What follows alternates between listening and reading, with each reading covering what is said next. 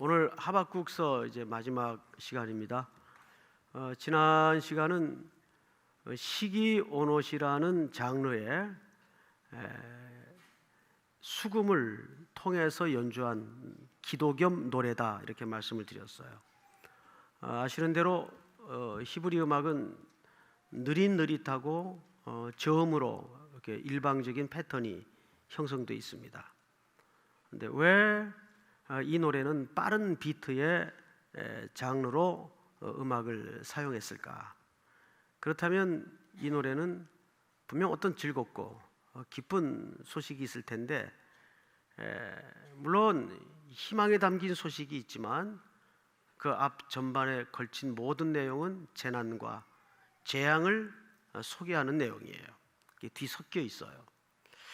자, 우리는 오늘 그 마지막 부분을 보면서 이 속에 하박국 선지자가 정말 마음이 터지도록 노래하고 싶었던 그 내용은 뭘까를 한번 보도록 하겠습니다. 우선 16절을 좀 볼까요? 본문. 내가 들었으므로 송루에 서서 하나님 말씀 좀 해주십시오 했을 때 하나님이 하박국에게 뭔가를 보여주시고 들려주셨어요. 내가 들었으므로 내 창자가 흔들렸고 내 목소리로 말미암아 내 입술이 떨렸도다. 창자가 흔들리고 입술이 파르르 떨릴 정도로 어떤 놀라운 소식을 듣게 된 겁니다. 어떤 소식일까? 구체적인 내용이 다음에 등장을 하는데, 무리가 우리를 치러 올라오는 환난 날을 내가 기다림으로. 이 무리는 가장 흉폭스러운 바벨론 군대를 얘기합니다. 무리가 우리를 치러 올라오는 환난 날을 내가 기다림으로 썩이는 것이 내 뼈에 들어왔으며 내 몸은 내 처소에서 떨리는도다. 어느 정도 지금 두려움에 묶여 있는 상태인지 아시겠죠? 맞습니다. 이 그림을 선지자가 송루에 서서 하나님께로부터 보고 듣고 깨달은 겁니다. 그리고 이제 오늘 본문을 좀 보십시오.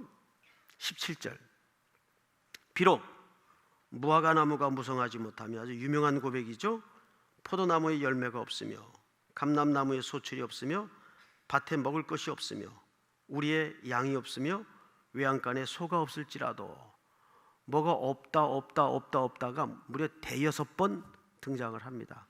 없을지라도 나는 여호와로 말미암아 즐거워하며 나의 구원의 하나님으로 말미암아 기뻐하리로다. 자, 이게 앞뒤가 좀 안 맞죠? 예? 이런 내용일까요?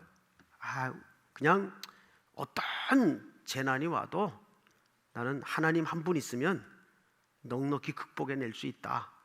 뭐 그런 그 신앙의 기계를 고백하는 자기 신앙의 표현일까요? 어쨌든 앞뒤가 좀 썩 맞질 않아요. 자, 그래서 우리는 이 문자나 문장으로는 쓰여 있지 않은 이 사이에 어떤 함수 관계를 살펴야 됩니다. 지금 사실 나라의 상황으로는, 그리고 하박국 선지자가 본 그림으로만 놓고 보면 아무 희망과 소망을 말할 수 없는 상황입니다. 제 이제 아는 분 중에 캐나다에서 목회를 하는 후배격 목사님이 한 분 계세요. 이 목사님은 이제 막내를 좀 늦게 낳았습니다. 사내 아이인데, 이 아이가 낳자마자 얼마 안 있다가 아주 심한 병에 걸려요. 어떤 병인가 하면 아토피 피부병이라는 병에 걸려요. 근데 어느 정도 심하고 심각한가 하면 지금까지 발표된 아토피 피부병 사례에서도 찾아볼 수 없는 심한 피부병을 앓게 되는데, 정도가 이 정도입니다. 이 머리 속서부터 발끝까지 어린아이 이 몸에 성한대가 보이지 않을 정도로 심한 아토피가 전신을 덮는 거예요. 근데 아토피가 단순히 그렇게 피부에 병이 발생했다는 것으로 괴로운 게 아니라 얘가 밤에 잠을 못 자는 거예요. 가려워서. 그러니까 조금만 엄마가 아빠가 한눈을 팔면 금방 피투성이가 되는 거예요. 긁어서. 그분이 그러더라고요. 이게 어디 차라리 부러지거나 어디 맞아서 아프면 진통제라도 있는데 이 가려운 건 그보다 더 심한 괴로움이라는 거예요. 밤새 긁어서 이 부부는 거의 같은 시간에 잠자리에 들어본 적이 없답니다. 교대로 이 아이를 살펴야 되기 때문에 그나마 이 아이가 좀 잔등이 없고 흔들어주면 잠깐 잠이 드는 정도 안정이 되고, 안 그러면 긁어서 피투성이가 된다는 거예요. 그렇게 한 해, 두 해, 3년이 넘어갑니다. 모든 좋다는 약은 다 써봐도 치료법을 다 동원해도 낫질 않아요. 그 어린아이가 그 고통을 안고 이제 아이는 같이 성장을 하는 거죠. 그런데 하나님의 기적적인 은혜로 7년 만에 완치가 돼요. 7년 만에. 그러면서 이분이 그 겪었던 아이와 함께 당했던 고통을 얘기하는데, 정말 힘든 거는 아이가 괴로움을 당하는 걸 지켜보는 것도 힘들지만 아버지로서, 아빠로서 이 아이에게 소망을 얘기해 줄 수 없을 때만큼 힘든 게 없었다. 너 이제 조금만 있으면 괜찮아질 거야. 나아질 거야. 이 약 먹으면 안 됐어. 조금만 참자. 이 소망을 말해 줄 수 없을 때 아버지로서 그것만큼 힘들고 괴로운 게 없었다는 거죠. 저도 이제 비슷한 경험 한 2년 가까이 했어요. 저는 이제 어릴 때가 아니고 40이 넘어서, 제가 40이 넘었어요.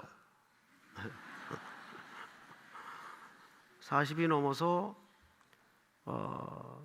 가려움증이 생기기 시작하는데, 이게 아토피 같은 피부병은 아닌데 온몸이 가려운 거예요.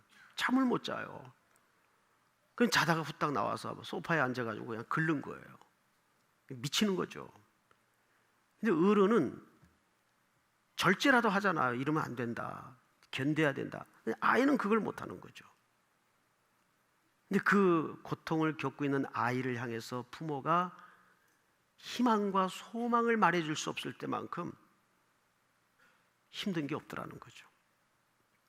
지금 하박국 선지자는 사실 맞닥뜨린 상황만 놓고 볼 때 좀 그런 상황이에요. 하나님이 하박국 선지자에게 보여준 그림은 어느 백성 하나를 붙들고 희망을 말해줄 수가 없는 상황이에요. 그런데 그가 갑자기 가슴 벅찬 노래로 그 재난을 덮어넘는, 뛰어넘는 고백을 하게 되는 거예요. 그게 오늘 본문이에요. 그럼 도대체 그가 앞서 보았던 재난의 그림과 그가 여기 지금 결론 겸 하나님을 향하여 터져내는 이 찬송 사이에 뭐가 있었을까? 뭐가 있었을까? 근데 성경에는 다행히도 이런 정확한 패턴의 사례가 몇 군데 감춰져 있어요. 구약의 예를 들어보면 한나가 그랬습니다. 시집을 갔는데 아이가 없어요. 히브리인들에게 시집을 갔는데 여자가 아이가 없다는 것은 두 가지 의미예요. 하나님께 끊어졌거나 저주를 받았거나. 이것이 히브리인들이 갖고 있었던 당시 생명관이었어요. 그러니 이 여인이 얼마나 마음이 슬펐겠습니까? 제사장이 묻는 질문에도 그렇게 대답을 하죠. 나는 마음이 슬픈 여자라. 그 슬픔을 끌어안고 하나님 앞에 독대합니다. 어느 정도 기도했는가 하면 자기의 전 운명을 걸고 심히 통곡했다 그랬어요. 그러다가 한나의 기도가, 그 슬픔의 기도가, 그 애가의 노래가 찬미로 바뀝니다. 갑자기 그 유명한 한나의 노래예요. 근데 그 한나의 노래가 정확하게 시작으로 넘어가면 마리아의 노래 속에서 똑같은 고백이 이루어집니다. 하나의 예표적 그림이에요. 한나는 개인의 슬픔을 가지고 들어가서 기도하다가 어떻게 바뀌죠? 하나님, 그 아들 주시면 하나님을 위해서 머리에 삭도를 대지 않고 나실인으로 이 아들을 드리겠습니다. 기도가 바뀌어요. 여기에 뭔가 있었어요. 하나님의 시대를 향한 아픔을 본 거예요. 한나는 너도 자식 하나 없으니까 마음이 힘들고 사는 게 아니지? 얘야, 내가 그렇단다. 이 말씀이 끊어진 사사시대 말에 사람들이 자기 소견에 옳은 대로 행하는 이 깜깜한 세상을 바라보면서 내 마음 하나 정확하게 전달할 하나님의 말씀의 사람이 없단다 라고 한나에게 가르쳐 준 거예요. 그걸 기도하다가 한나가 하나님과 가슴이 통해버렸어요. 심정이 통했다 그러죠. 그 기도가 뒤집어지는 거예요. 그리고 그 기도는 노래가 되는 거죠. 여러분, 우리 자막으로 성경 한 구절을 볼까요? 무리가 일제히 일어나 고발하니 상관들이 옷을 찢어 벗기고 매로 치라 하여 많이 친 후에 옥에 가두고 간수에게 명하여 든든히 지키라 하니 그가 이러한 명령을 받아 그들을 깊은 옥에 두고 그 발을 착고에 든든히 채웠더니. 일단 여기까지만 먼저 읽겠습니다. 여러분, 성경을 잘 보시면 이 장소는 빌립보 감옥입니다. 아시는 대로 바울은 원래 아시아로 행로를 틀어서 복음을 잘 전하고 일도 잘 되고 있었어요. 그러던 사도 바울에게 성령님이 강권적인 역사로 2번씩이나 거푸 나타나셔서 그의 행로를 바꿔버립니다. 마게도냐로. 여기가 마게도냐예요. 그 마게도냐 첫성 빌립보에 도착을 해서 복음을 전하다가 귀신 들린 여종 하나를 고쳐주고 고발을 당해요. 주인이 이익이 끊어진 걸 알고 선동을 해서 이 궤변을 늘어놓는 사람을 이 빌립보는 리틀 로마라고 불리울 정도로 로마의 기강과 로마의 질서와 로마의 철학이 잘 녹아진 도시입니다.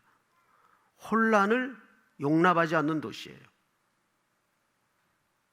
그래서 그는 관원들에게 붙잡힙니다.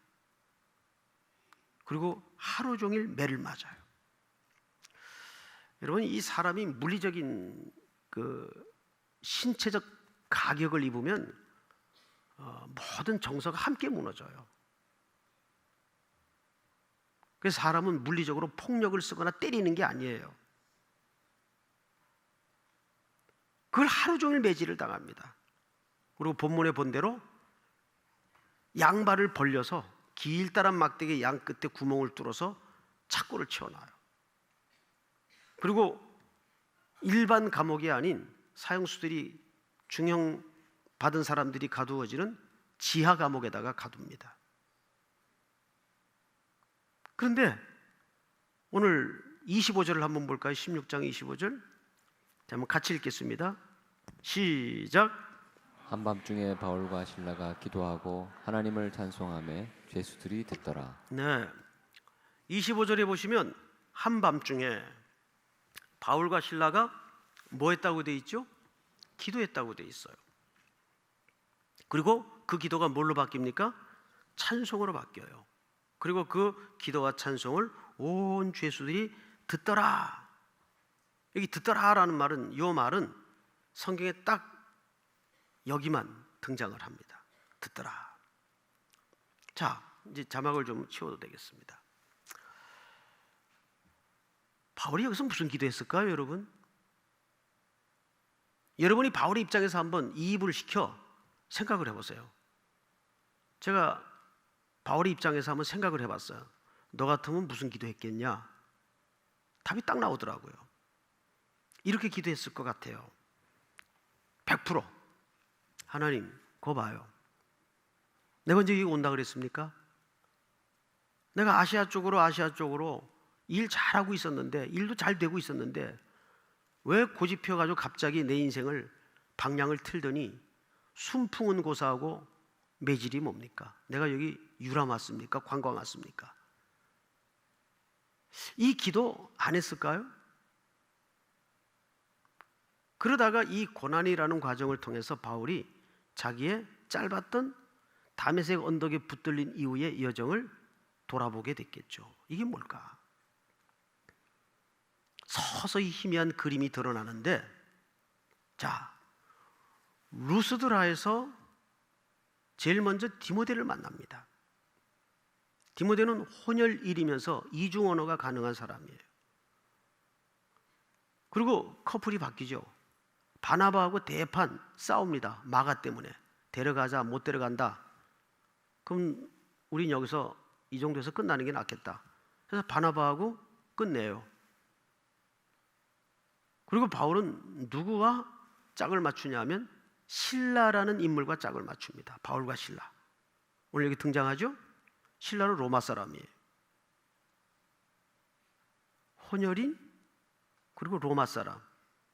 그 방향이 지금 어디로 하나님이 틀었죠? 유럽 쪽으로 튼 겁니다.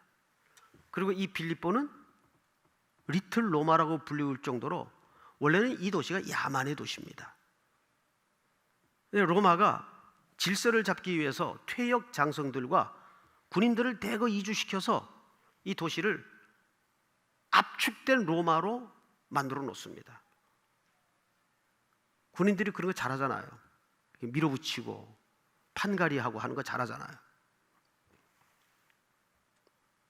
그리고 지금 여기에 느닷없이 도착한 사도 바울은 매질 속에 감옥에 던져져 있어요.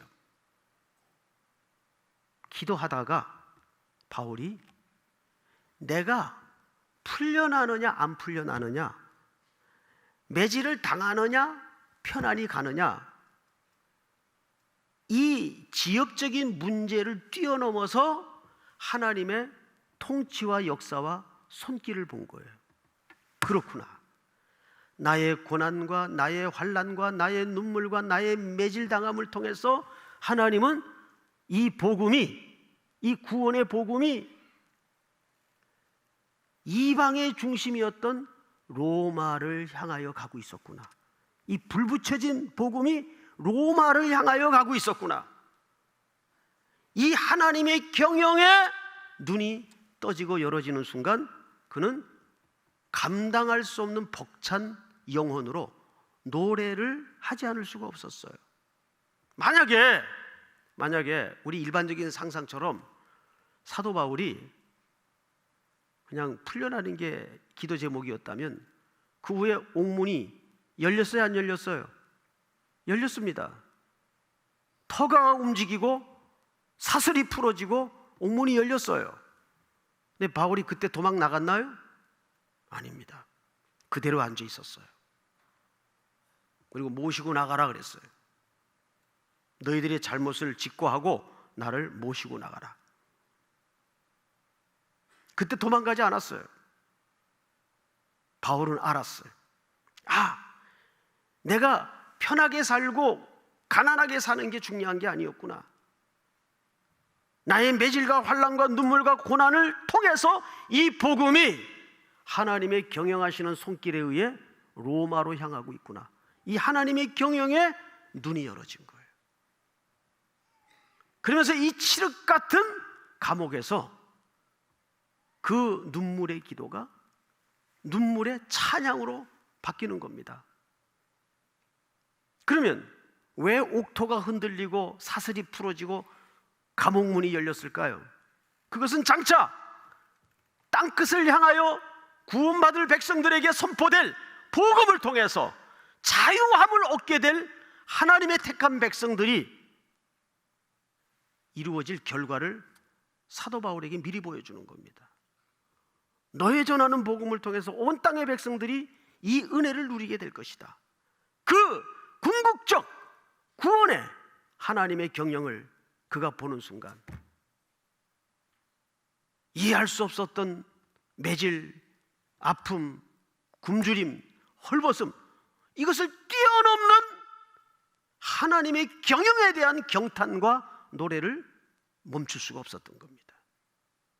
오늘 하박국이 일치하게 그걸 본 거예요. 무화과 나무에 소철이 없고 포도나무에 열매가 없을지라도 우리를 구원하시는, 아니 이 메시아의 비전을 통해서 넘고 넘는 역사 속에 하나님이 구원하실 하나님의 나라, 하나님의 백성들, 그 그림을, 그 어마어마한 영적인 장관을 그가 소망의 눈으로 보는 겁니다. 그리고 그 처참했던 두려움은 변하여 찬양으로 바뀌는 거예요. 흥분되는 찬양으로 바뀔 수밖에 없었던 겁니다. 믿습니까, 여러분?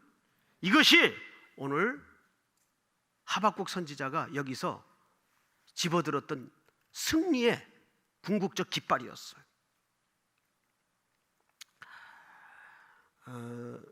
저는 지난 월요일 날 한 2박 3일로 잠깐 공적인 일로 CBS에서 주최하는 무슨 대장정에 좀 강사로 들어가 있어서 일본 나가사키를 다녀왔습니다. 그리고 이제 동해 선교에 동참을 하게 되었는데, 여러분 혹시 나가사키 하면 제일 먼저 생각나는 게 뭐예요? 짬뽕. 네, 그럴 줄 알았어요. 짬뽕 먹어봤는데 한국 짬뽕이 최고입니다. 또 나가사키 하면 유명한 게 뭐예요? 히로시마와 함께 원폭이 투하됐던 현장입니다. 어마어마한 끔찍한 역사의 기록을 갖고 있는 현장이에요. 그때 그 처참함을 잘 보관해 놨더라고요, 일본 사람들답게. 그리고 또 유명한 게 뭘까요? 나가사키 하면 순교지입니다. 우리나라도 복음 초기에 순교자가 많았지만 일본도 훨씬 우리보다 복음을 먼저 받은 나라예요. 특별히 나가사키에 많은 순교자가 났어요. 나가사키의 그 무사들이, 막부들이 엄청난 그리스도교를 믿는 사람들을 잔인한 방법으로 죽였어요. 두 군데가 기억이 납니다. 두 군데가. 그 첫째 현장은 26명이 숨진 무덤인데, 이상하게 같은 사람들이고 같은 이름인데 무덤이 두 군데더라고요. 예를 들면 한 군데는 청파동에 있고 또 한 군데는 저 강남 쪽에 뭐 반포에 있고, 이런 식으로 무덤이 이렇게 두 개가 떨어져 있어요. 이들이 얼마나 예수 믿는 사람들을 잔인하게 했는지 귀를 자르고 코를 베서 거리로 끌고 다녔대요. 경종을 울리기 위해서. 그런데 왜 무덤이 두 개인가? 안내하시는 윤화라 목사님이 설명을 하는데 가슴이 미어지더라고요. 지금 여기 구경하시는 데는 머리가 묻혀 있고 저쪽에는 몸이 묻혀 있습니다. 그러니까 목을 잘라서 이 예수쟁이들이 평소에는 부활을 한다고 자꾸 떠들었으니까 이 부활하면 큰일 난다, 그 부활을 믿었던 거예요. 응? 희한하죠? 그래서 부활할까 봐 몸을 찢어놓은 겁니다. 몸뚱이는 저쪽에, 머리는 여기다가. 그리고 이제 그림을 하나 좀 보십시다. 그 26명의 십자가가, 이들이 매달려 죽을 십자가가 언덕에 쭉 설치되어 있죠. 그리고 이제 이들을 처형하기 위해서 언덕 밑으로 끌고 왔는데, 그때 그 처형장에 있던 집행자들의 증언에 의해서 그린 그림입니다.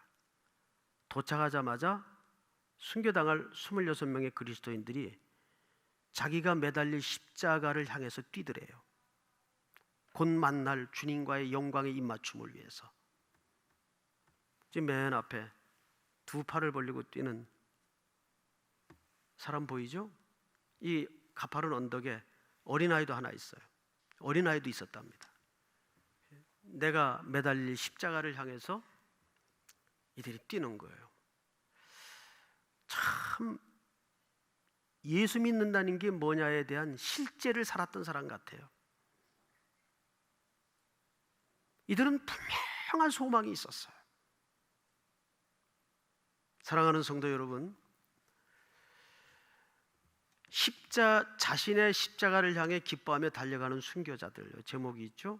이건 제가 책에 있는 그림을 스마트폰으로 찍어서 올렸기 때문에 좀 그림 자체가 흐릿합니다. 십자가 내가 처음 볼 때에 나의 마음에 큰 고통 제하네. 오늘 믿고서 내 눈 밝았네. 사랑하는 성도 여러분, 지금 우리가 처한 현실이 답이 안 나오고 답답할지라도 역사의 경영자가 누구십니까? 하나님이세요. 오늘 하박국 선지자는 그걸 본 거예요. 망하고 흥하고 이 기준을 훨씬 뛰어넘는, 잘 살고 못 살고 괴롭고 힘들고 이 기준을 훨씬 뛰어넘는 더 근본적인 소망에 눈이 맞춰진 겁니다. 그래서 마지막 절을 보시면 이렇게 돼 있어요. 다 이 노래를 끝낸 다음에 이 노래는 지휘하는 사람을 위하여 내 수금에 맞춘 것이니라. 자, 앞을 보실까요? 저는 이제 처음 밝힙니다마는 목사가 안 됐으면 하고 싶은 게 세 가지가 있었어요. 첫째는 군인이 되고 싶었어요. 그것은 아버지 영향 때문일 겁니다. 아버님이 직업 군인이셨습니다. 아버지와의 기억도 추억도 짧고 흐릿하지만 늘 그 푸른 군복을 입고 계시던 그 아버지의 잔상이 어린 시절부터 남아 있어서 항상 그 군인을 동경하며 청소년 시절을 보냈던 것 같아요. 근데 아시다시피 제 신체적 조건이 군인 할 수 있는 조건이 아닙니다. 아주 눈도 나쁘고. 그래서 그건 일찍이 포기를 했어요. 그리고 두 번째 꿈이 국어 선생을 하고 싶었어요. 초등학교 때부터 국어는 공부를 안 해도 90점 아래로 내려간 예가 제 기억으로는 없어요. 그랬더니 1부 때 어느 성도가 아멘 그러더라고요. 그건 뭔 뜻인지 모르겠어요. 아니, 거기다가 아멘을 해요. 근데 그 길도 뭐 파란만장한 고등학교 시절을 지내면서 물거품이 됐죠. 그리고 마지막 하고 싶었던 게 음악에 소질이 있었다면 전 지휘를 하고 싶었어요. 지휘. 이 음악 지휘하는 게 참 멋있어요, 그죠? 지휘가 멋있다고. 평생 하세요. 테너든 소프라노든 알토든 전부 지휘자의 이 컨닥, 이 지휘봉에 전부 맞추지 않습니까? 악기도. 근데 오늘 마지막 절에 보니까 이 노래는 지휘하는 사람을 위하여 내 수금에 맞춘 것이니라. 내 수금을 누구에게 맞춰요? 지가 하고 싶은 대로 하는 게 아니고 지휘하는 자를 위하여 맞췄다 그랬어요. 그 지휘하는 자가 누굽니까? 역사를 경영하시고 운영하시고 통치하시는 분이 도대체 누구세요? 하나님이세요. 우리의 인생은 내가 잘 살고 못 살고 2차적인 문제예요. 내가 편하고 괴롭고 2차적인 문제예요. 모든 하나님의 경영에 우리의 그 지휘봉 끝에 시선이 맞춰져야 됩니다. 그것이 하나님의 구원하시는 손길이에요. 믿으십니까? 오늘도 이 희망의 노래가 또 한 주 속에 여러분의 자질구레한 구체적인 일상 속에 힘있게 퍼져나가기를 주의 이름으로 축복합니다. 다 일어나십시다. 나의 영혼이 잠잠히 하나님만 바라며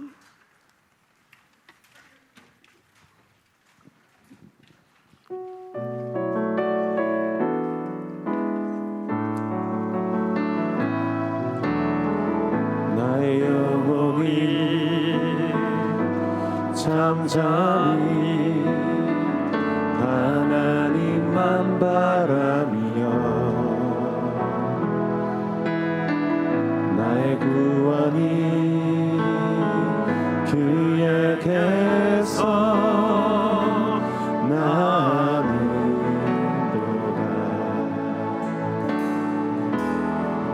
나의 영혼아 잠잠히 하나님만 바라라. 나의 소망이 저에게서 나는도다. 나의 소망이 저에게서 나는도다. 오직 주만이 나의 산성 나의 구원이시니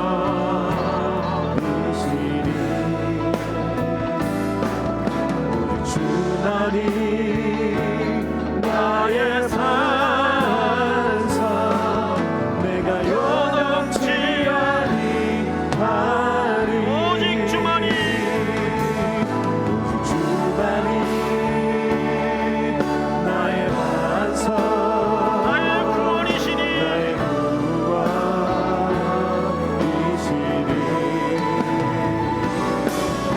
오직 주만이 나의 산성 내가 요동치 아니하리.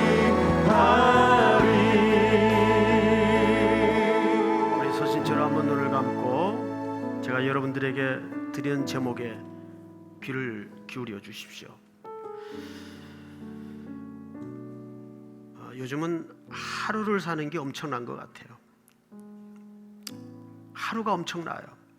수많은 위험들, 흉한 소식들, 우리를 두렵게 하는 것들, 불확실함, 걸어보지 않은 미지의 시간들. 그러나 우리가 그것이 어찌 되든 거기에 연연하는 인생이 아니라 역사를 넘어 온 우주 만물의 경영자가 되시고 통치하시는 그 하나님의 언약에 우리 인생의 근거를 두게 하여 주시옵소서. 그분이 우리의 소망이 되시고 고백처럼 그분이 우리의 반석이 되시며 흔들릴 수 없는 우리의 근거가 되게 하여 주시옵소서. 거기에 여러분들의 모든 문제를 다 내려놓습니다. 이 시간 한번 주여 부른 다음에 소리내어 통성으로 기도합니다. 주여!